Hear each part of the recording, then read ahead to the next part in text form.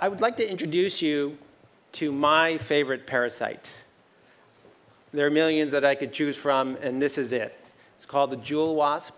You can find it in parts of Africa and Asia. It's a little under an inch long, and it's a beautiful-looking parasite. Now, you may be saying to yourself, this is not a parasite. It's not a tapeworm. It's not a virus. How could a wasp be a parasite? You're probably thinking about regular wasps, you know, the ones that build paper nests as their house. Well, the thing is that the jewel wasp makes its house inside a living cockroach. Here's how it happens. The jewel wasp is flying around looking for a cockroach. When it sees one, it lands and bites on its wing. So I'll be the cockroach. What? And the cockroach starts shaking it off, like, get away from me. The wasp very quickly starts stinging the cockroach. All of a sudden, the cockroach can't move for about a minute. And then it recovers, and it stands up. It could run away now, but it doesn't. It just doesn't want to. It just stays there. It's become a zombie slave. And again, I'm not making this up. The wasp goes off. It walks away and finds a hole and digs it out, makes it into a burrow. It walks back. This can take up to half an hour. The cockroach is still there. What do we do now? The wasp grabs onto one of the antennae, bites down on it, of the cockroach, and pulls the cockroach. And the cockroach says, all right, and walks like a dog on a leash. The wasp takes it all the way down into the burrow. The cockroach says, nice place. The wasp takes care of some business, then goes and leaves the burrow and seals it shut, leaving the cockroach entombed in darkness, still alive. The cockroach says, all right, I'll stay here if you want. Now, I mentioned that the wasp took care of a little business before it left the burrow. The business was laying an egg on the underside of the cockroach. The egg hatches. Out comes a wasp larva. Looks kind of like a maggot with big, nasty jaws. It chews a hole into the cockroach and starts to feed from the outside. It gets bigger, like you can see over here. And then when it gets big enough, it decides to crawl into the hole, into the cockroach. So now it's inside the still living cockroach, and the cockroach doesn't mind much. This goes on for about a month. The larva grows and grows and grows. Then it makes a pupa, kind of like a cocoon. Inside there, it grows eyes, it grows wings, it grows legs. The cockroach is still alive, still waiting.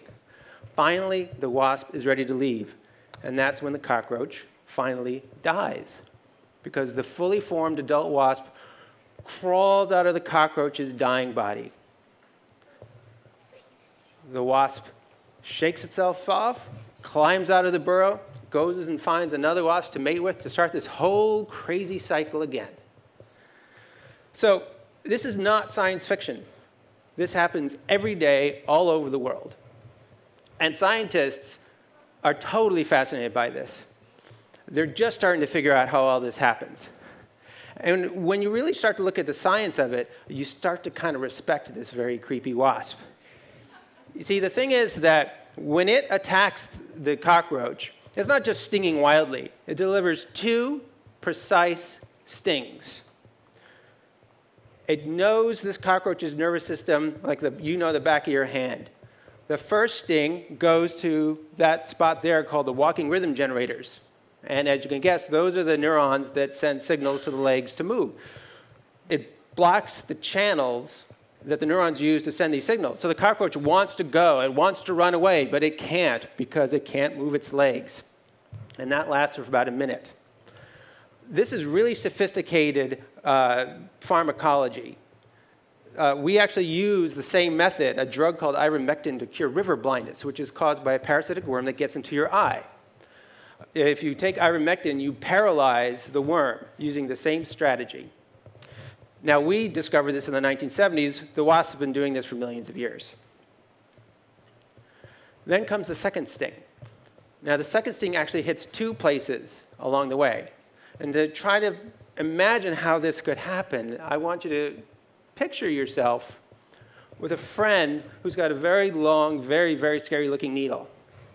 And your friend, or at least you thought he was your friend, sticks it in your neck, goes into your skull, stops off at one part of your brain, and injects some drugs, then keeps going in your brain and injects some more. These are two particular spots, marked here, SEG, and then you can see the tip of it in the brain, marked BR. Now, we can do this, but it's really hard for us. It's called stereotactic drug delivery.